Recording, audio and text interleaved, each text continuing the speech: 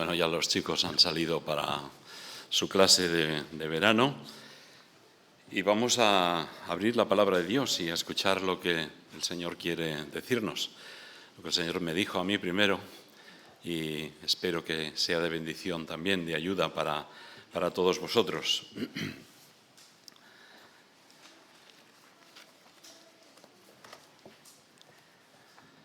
Y me gustaría llevaros a un personaje, si habéis visto en la hojita, que se llama Jacob.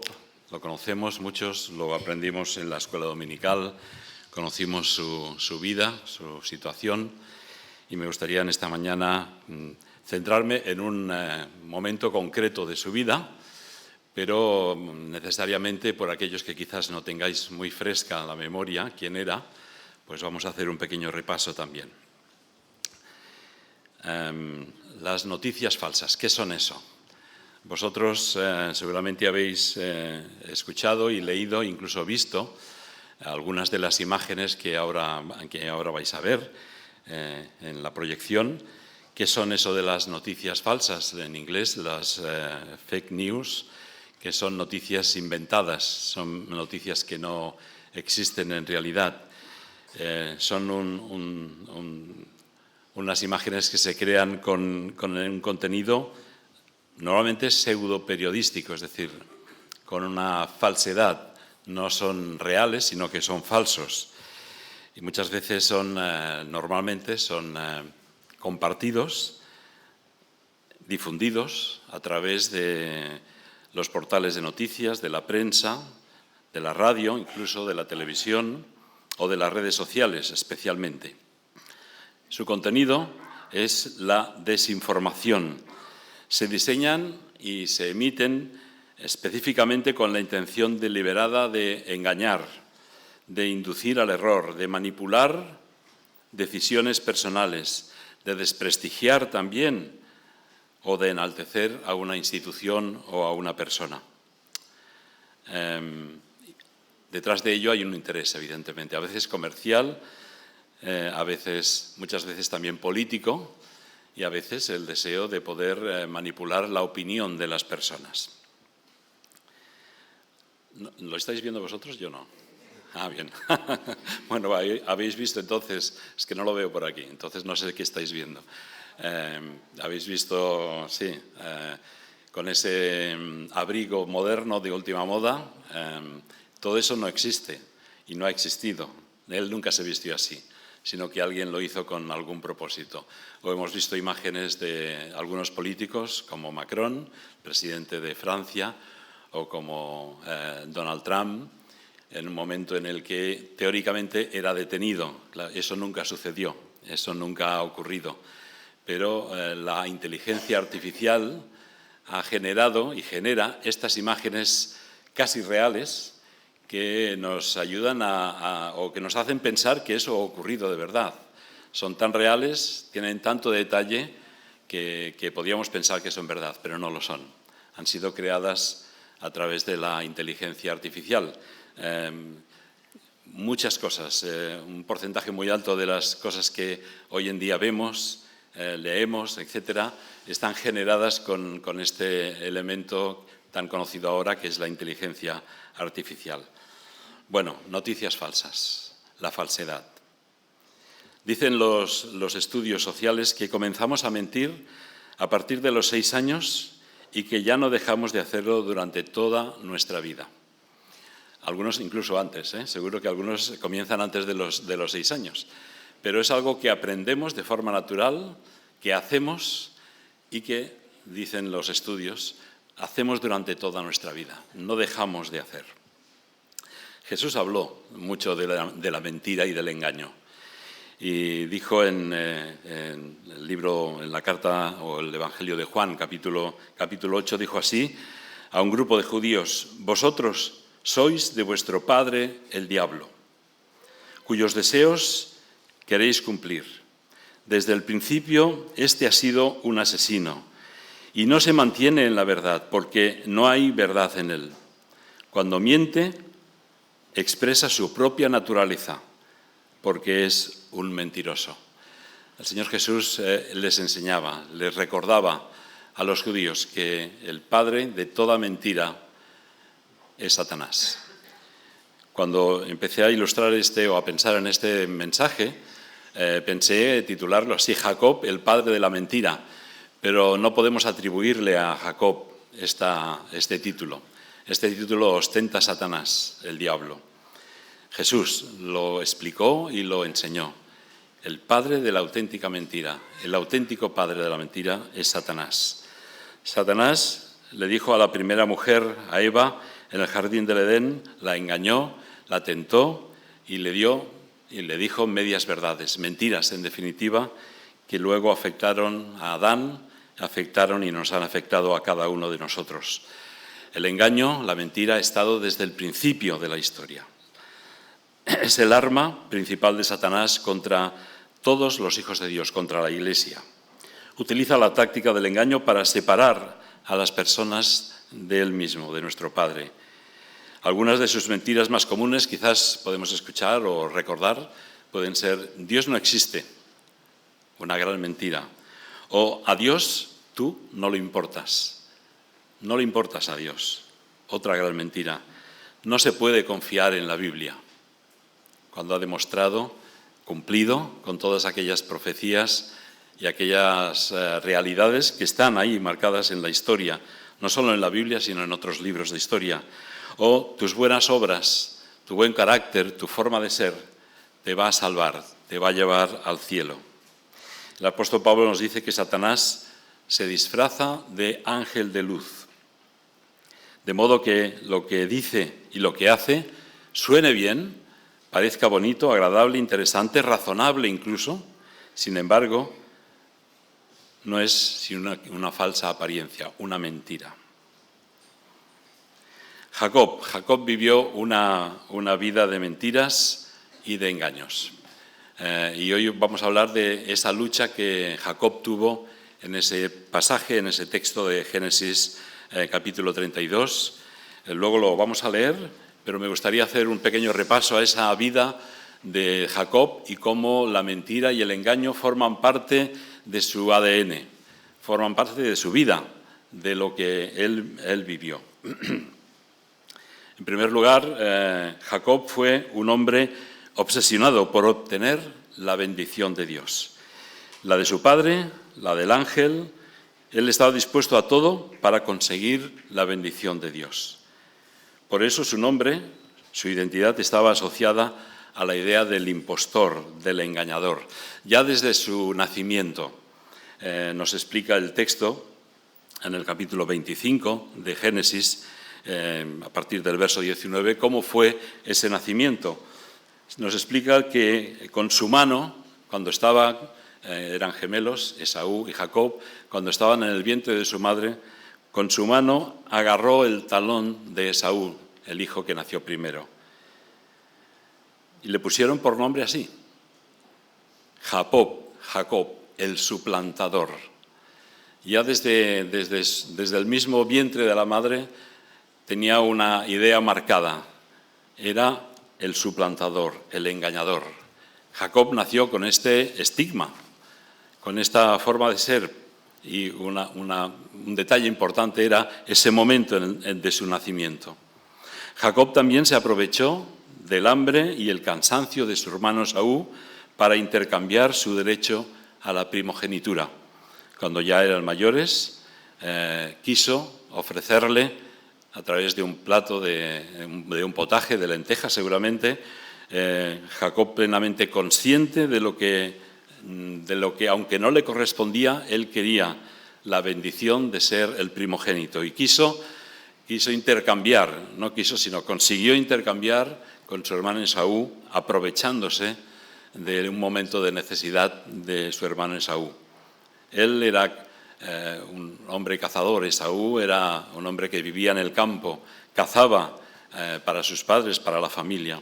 Él era más de las tiendas, de estar en casa, pero él aprovechó ese momento de debilidad de su hermano mayor para hacerse con los derechos y suplantar otra vez su lugar dentro de la familia. ¿Por qué? ¿Qué quería? ¿Por qué era tan importante la primogenitura? Para nosotros hoy, pues parece que el primogénito no es demasiado importante. y en nuestra cultura no se le da la importancia que tiene o no se recuerda esa importancia, pero en aquel momento, culturalmente, en la historia, sí que era importante. El que era el primogénito de la familia, de la casa, tenía un lugar de importancia en la familia. Tenía una doble porción de la herencia paterna, heredaba el doble. El oficio sacerdotal de la familia era representante de la familia. El primogénito también llevaba la promesa de Dios a través de la cual todas las naciones de la tierra serían bendecidas. Ser el primogénito en aquel momento era muy importante. No quiero decir que hoy no lo sea, pero en aquel momento era mucho más importante y culturalmente era algo que deseaban, que llenaba de orgullo aquel que lo era. Jacob quiso intercambiar a través de un plato de comida con su hermano la primogenitura, le engañó también. Ahora solo faltaba o solo quedaba engañar a su padre para recibir la bendición de su padre. Como primogénito podía recibir esa bendición, pero él no lo era, así que al conseguir la primogenitura o el intercambio con Esaú, él entonces accedió a través del engaño de nuevo a ser bendecido por su padre. Su madre le ayudó en este caso, en esta situación, aprovechando la ceguera de su padre, asesorado por su madre, llamada Rebeca, prepararon una estrategia para engañar a Isaac. Lo encontramos en Génesis 27. Cubrió sus brazos y se puso los vestidos de Esaú, de pieles, preparó, y Rebeca le preparó una comida de aquella caza que traía Esaú, y se presentaron delante del padre para ser bendecidos, Isaac, debido a su ceguera, se sintió tranquilo sabiendo o pensando que era Esaú, su hijo primogénito, quien le pedía la bendición. Así que engañaron de nuevo entre él y su madre a Isaac. Al enterarse del engaño, Esaú se llenó de ira contra su hermano y prometió, como dice el capítulo 28, prometió que cuando su padre faltara, lo mataría. Así que anunció el asesinato de su hermano. Tal era el odio, tal era la ira que había acumulado Esaú porque se había sentido engañado, no solo por haber intercambiado la primogenitura, que Esaú no le dio demasiada importancia, pero de haberla perdido, sino además perder la bendición de su padre. Esto provocó la huida de Jacob, la huida hacia otro lugar para vivir, Param Aram, en Mesopotamia, a unos 900 kilómetros. Se fue y puso entre él y su hermano 900 kilómetros de distancia. Se sentía en peligro, así que puso tierra de por medio. Fue en ese viaje, en esa huida, en la que recordamos aquel pasaje, o aquella situación en la que Jacob se duerme, apoya su cabeza sobre una piedra y sueña en esa escalera que lleva hasta el cielo y que ángeles suben y bajan, dando a entender que el lugar es un lugar donde Dios controla, donde Dios gobierna en esta tierra, que todas las cosas están controladas por Dios. Bueno, en ese momento, en esa huida, tiene ese sueño. De hecho, él habla o pone como lugar, cambia el lugar, el nombre de ese lugar, llamándolo Betel. Pero él llega a su destino, a esos 900 kilómetros, y llega hasta el lugar donde vivía su tío. Su madre, Rebeca, le dijo: vete a casa de Labán, mi hermano, y allí estate durante unos días, y cuando haya pasado todo, entonces puedes volver. El tío era mucho peor que él. Si él era el engañador, era el suplantador, era el mentiroso, pues su tío era 10 veces más. Jacob y Labán, otra historia de más engaños y más mentiras. Allí el impostor Jacob tenía que sufrir de las manos de su tío mucho peor de lo que él había hecho. Su tío Labán lo engañó no una ni dos, sino varias veces. ¿Cómo lo engañó? Pues primero le hizo trabajar durante 7 años para conseguir casarse con su hija mayor, Raquel. Pero cuando llegó el momento, después de esos 7 años de trabajo, Labán le engañó y le dio a su hija Lea, su segunda hija. Se dio cuenta en el momento de la boda, evidentemente, así que él sufrió el engaño de su tío. Él le propuso, bueno, si quieres a la hija que tú querías, a Raquel, pues no te importará trabajar 7 años más conmigo. Así que le volvió a engañar. Tuvo que esperar y trabajar para su tío Labán 7 años más, con el fin de conseguir el honor de casarse con la hija que él quería, Raquel. Bueno, gracias a Dios esto no sucede hoy, pero en aquel momento culturalmente era una situación que existía. Una vez se hubo casado con Raquel, Labán, su tío, le cambió también, lo negoció y le engañó con el pago de lo que habían acordado. Así que su historia y la vida de Jacob con Labán, con su tío, fue una serie de engaños y de mentiras. Pagó recibió con la misma moneda que él había hecho y utilizado con su hermano y con la gente de su familia, con su padre. En el momento que llegamos a este pasaje que vamos a leer, el capítulo 32 y los versos 22 al 30, para ese momento Jacob se encontraba en el umbral, justo a la hora, en el momento de entrar en la tierra prometida, a punto de entrar en ella. Habían pasado ya más de 20 años estando sin ver a su hermano Esaú, pero sabiendo que Esaú, sus últimas palabras eran que le iba a matar. Ahora debía encontrarse con él cara a cara, pero antes debía tener un encuentro definitivo con Dios. Él no lo esperaba, él no lo sabía, pero antes de llegar y mirar a Esaú cara a cara, Jacob tenía que encontrarse con Dios. Y ese es el momento en el que vamos a leer. Jacob había también tomado algunas medidas. Él, con de su madre, había aprendido a ser un estratega, a intercambiar, a engañar a los que tenía al lado. Y aquí vuelve a hacer otra estrategia. Jacob había tomado ya medidas humanas.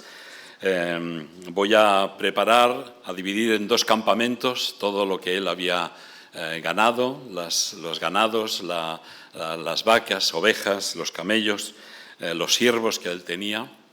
Lo dividió en 2 campamentos pensando, pues si Esaú viene y destruye un campamento, al menos que quede la otra mitad de la familia.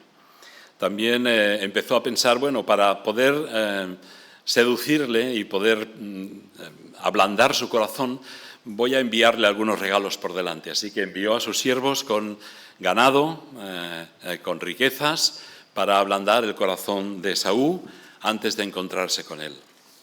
Y en este momento es en el que encontramos a Jacob en la lucha con Dios. Vamos a leer el texto, capítulo 32 de Génesis y verso 22.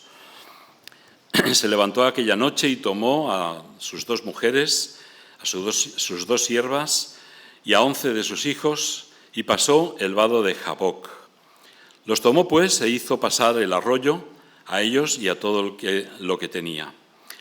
Y así se quedó Jacob solo. Una frase muy interesante. Jacob se quedó solo. Y luchó con él un varón hasta que rayaba el alba. Y cuando el varón vio que no podía con él, tocó en el sitio del encaje del muslo y se descoyuntó. Se descoyuntó el muslo de Jacob mientras con él luchaba. Y dijo, déjame, porque raya el alba. Y Jacob le respondió, no te dejaré si no me bendices. Y el varón le dijo, ¿cuál es tu nombre? Y él le respondió, Jacob. Y el varón le dijo, no se dirá más tu nombre Jacob, sino Israel, porque has luchado con Dios y con los hombres y has vencido. Entonces Jacob le preguntó y le dijo, declárame ahora tu nombre. Y el varón respondió, ¿por qué me preguntas por mi nombre? Y lo bendijo allí. Y llamó Jacob el lugar de aquel lugar Peniel, porque dijo: vi a Dios cara a cara y fue librada mi alma.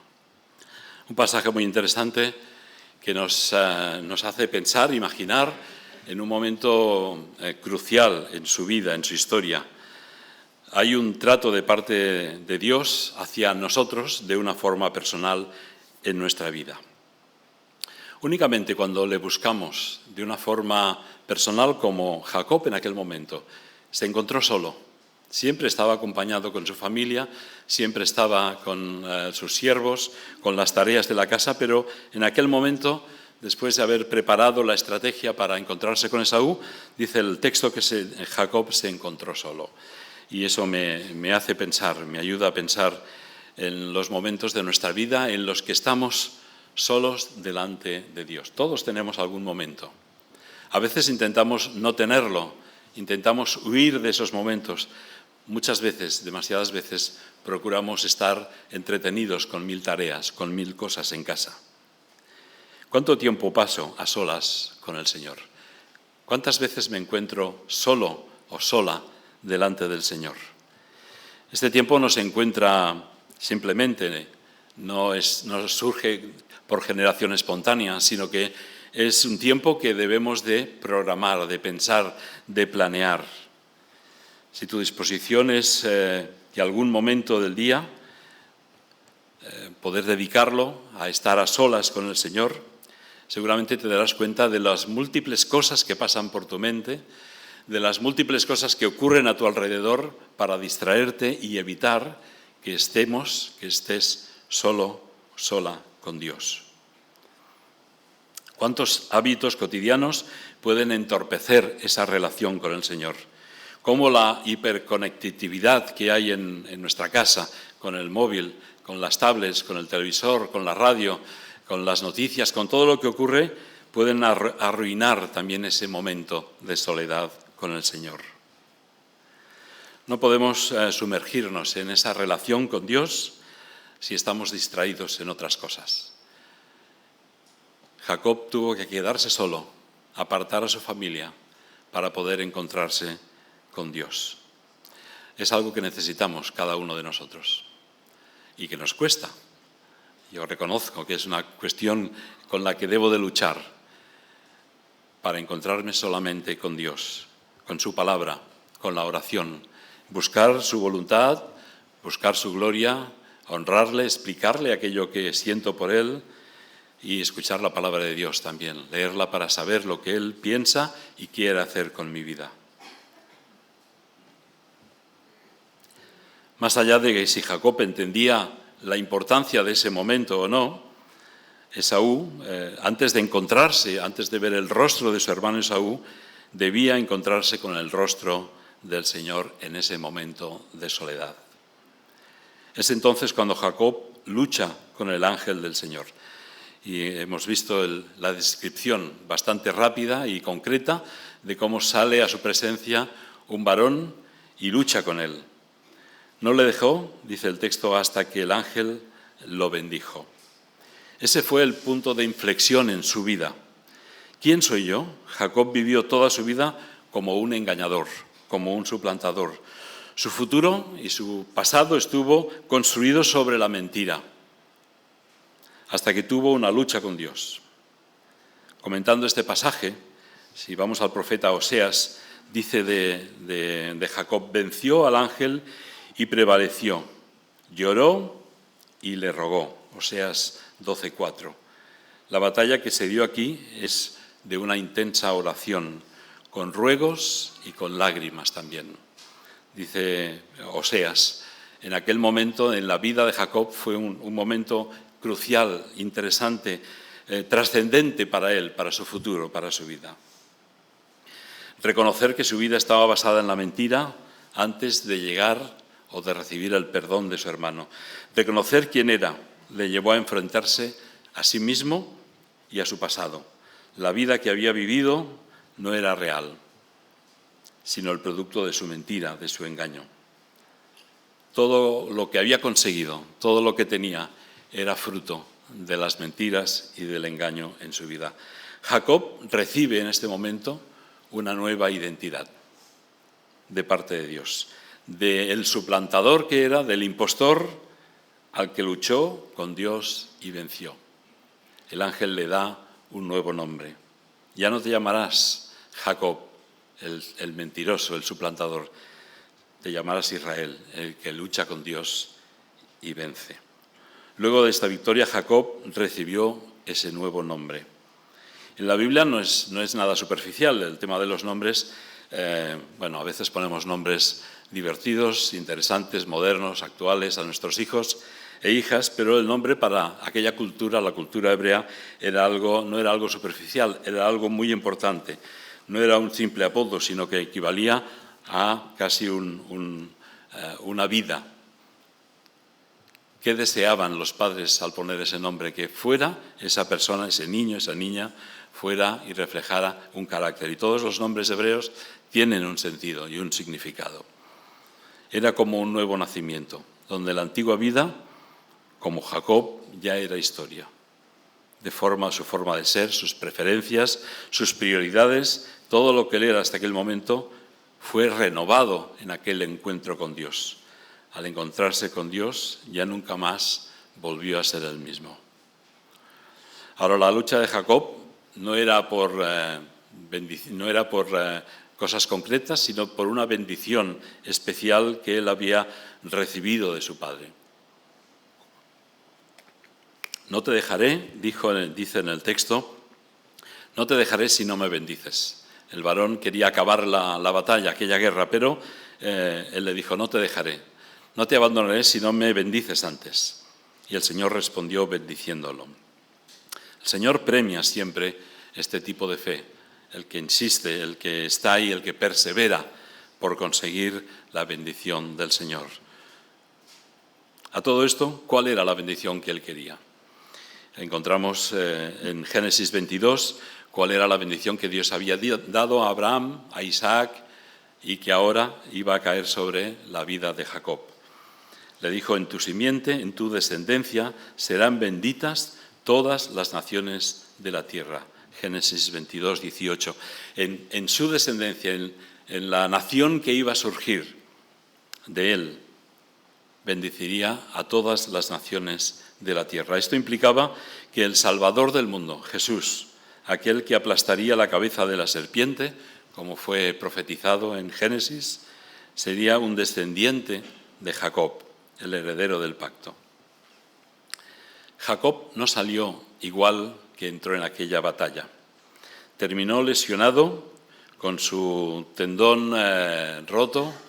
Los que sufrís o habéis sufrido ciática, podéis entender un poco lo que él sufrió a partir de ese momento, con consecuencias permanentes para su movilidad.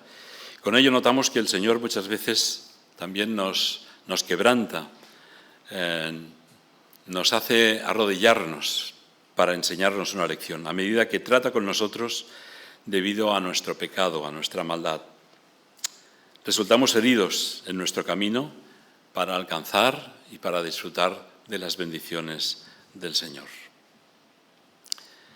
Él quería la bendición de Dios, la bendición que había recibido su padre Isaac, su abuelo Abraham.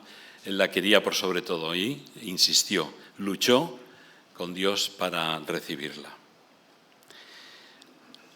Lo que más me maravilla de esta historia no es la lucha, no es el momento como lo hizo, sino lo que viene después. Jacob es sorprendido por la gracia de Dios. Vemos en el capítulo 33 y verso 4, dice, pero Esaú corrió a su encuentro y le abrazó y le besó sobre su cuello y le besó y lloraron. La gracia de Dios siempre nos sorprende a todos. No deja de sorprendernos. La resolución de la historia está llena de amor. A pesar de no merecerlo, Jacob recibió de parte de su hermano Esaú el abrazo y el perdón. Después de 20 años de rencor, de 20 años de odio en la distancia, Jacob recibió el perdón de su hermano. Esa es una muestra más de que la gracia de Dios no atiende a las razones humanas, a nuestra forma de pensar. Siempre nos supera, aún más allá de lo que pensamos, y por supuesto de lo que merecemos cada uno de nosotros. Jacob no merecía el perdón de su hermano por lo que había hecho, pero lo aceptó. La lucha que vivió con Dios, la lucha que vivió con él, le llevó a descubrir su debilidad. ¿Cuál era su debilidad? A afrontar su pasado, a afrontar su realidad y pedir el perdón de su pecado. Y fue transformado. El trato del Señor con nuestra vida a menudo implica momentos de dolor. Seguro que todos podíamos contar o hablar de algún momento de dolor. Pero no un dolor que nos destruye, que nos aniquila, sino un dolor que nos sana y nos restaura. Y es en esa lucha, en esos momentos de lucha con Dios y con nosotros mismos, que somos transformados, que crecemos en la fe y en el conocimiento de Dios. ¿Cuál es tu lucha? Seguramente o posiblemente no sea la mentira, no sea una vida de engaño, no seas un impostor, no estés dando una imagen que no lo eres. Pero ¿cuál es tu lucha? ¿El rencor, el orgullo, la envidia, la hipocresía quizás, los celos, la violencia, la ira, la amargura o quizás una dependencia de alguna sustancia, el alcohol o otras cosas? Quizás estoy luchando por conseguir una relación estable con el Señor. Me cuesta encontrar ese momento para relacionarme con Dios, para tener un conocimiento de Él, para estudiar su palabra, para orar con Él, para estar a solas. ¿Sigo luchando con eso? ¿Es esa mi lucha? Me cuesta orar, estar a solas con Él y reconocerle, honrarle como Él merece, como mi Padre. Hay pecados que amamos, pero que debemos dejar. Hay personas con las que tenemos una relación, pero nos alejan de Dios y nos hacen tropezar. Por tanto, debemos de dejarlas atrás. Hay ambientes, situaciones que hasta ahora quizás las he disfrutado, pero que te llevan a deshonrar a Dios. Y por tanto, ya no debes exponerte a ellas. Hay trabajos que te dan un prestigio y una buena situación económica, pero que resultan incompatibles con tu fe y con tu servicio al Señor. Hay muchas cosas con las que cada uno de nosotros tenemos que luchar. Quizás hay una en especial, que es algo especial para nosotros, en la que llevamos años, 20 años como llevaba Jacob o más, pensando en cómo vencer esa situación. Podríamos seguir nombrando muchas más y seguramente vosotros podríais añadir algunas cosas en vuestra vida con las que estáis luchando constantemente.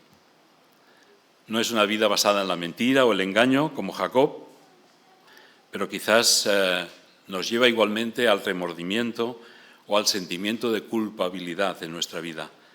Solo el arrepentimiento sincero y la aceptación de la gracia, del amor de Dios, de su perdón, nos van a ayudar a librarnos de las consecuencias, de esas cadenas que muchas veces nos atenazan.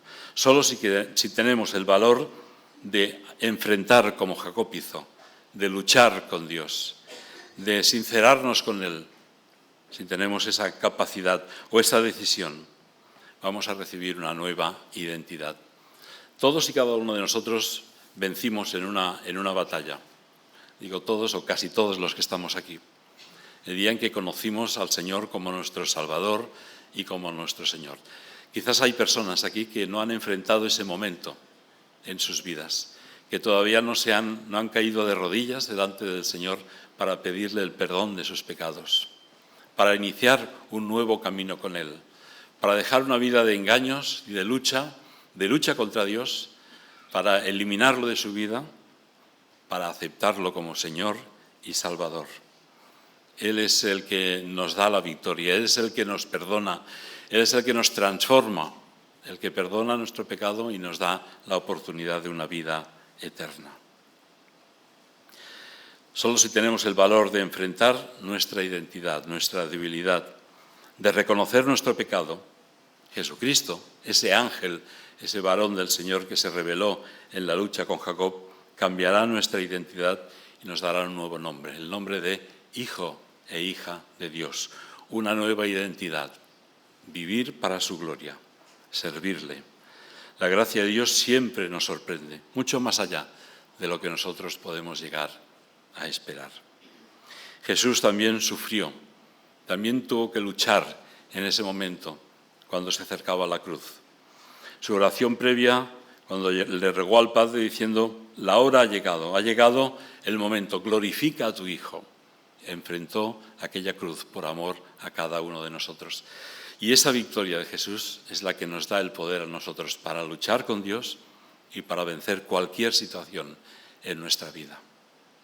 Me gustaría que en un minuto pensáramos, cerráramos los ojos o con los ojos abiertos, pensáramos cuál es la situación por la que estoy luchando con Dios.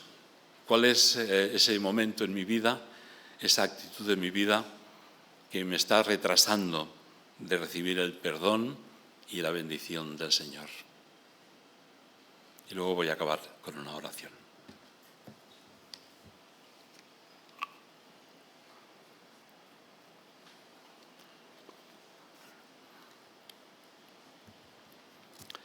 Padre, gracias por este ejemplo que hemos leído en esta mañana, este ejemplo de lucha, de perseverancia, de buscar el perdón, de buscar la bendición de Dios, la bendición de conocerte, de tenerte cerca, de recibir tu gracia en nuestras vidas, el perdón de nuestros pecados, la vida eterna, pero también la victoria sobre alguna situación que nos sigue arrastrando, que sigue molestándonos en nuestra vida y que no hemos podido solucionar. Danos el valor de reconocerla delante de ti, de enfrentarla delante de ti, de pedir perdón si es necesario, de tomar las decisiones en nuestra vida que nos ayuden a cambiar esta situación. Gracias porque no lo vamos a hacer solos ni en nuestro poder, sino que tu Espíritu Santo nos ayuda, nos enseña y nos muestra qué debemos hacer y cómo debemos hacerlo para quitar ese lastre, para librarnos de esta situación. Igual que Jacob se libró de una vida de engaño, de mentira, nosotros, cada uno de nosotros, podemos olvidar y luchar con esa situación y delante de ti recibir el perdón y la gracia, recibir la fortaleza para vencer cualquier sea el pecado o la situación que nos arrastra y que no nos permite disfrutar y gozar de tu presencia y de la vida cristiana. Gracias porque en el Señor Jesús, en el poder de su muerte y su resurrección, está todo el poder para ser librados de ello. Ayúdanos, Padre, enséñanos a ser valientes para vencer estas situaciones. Te lo pedimos, Padre, te damos muchísimas gracias en el nombre de Jesús. Amén. Antes de irnos, os pido que os quedéis un momento, un minuto,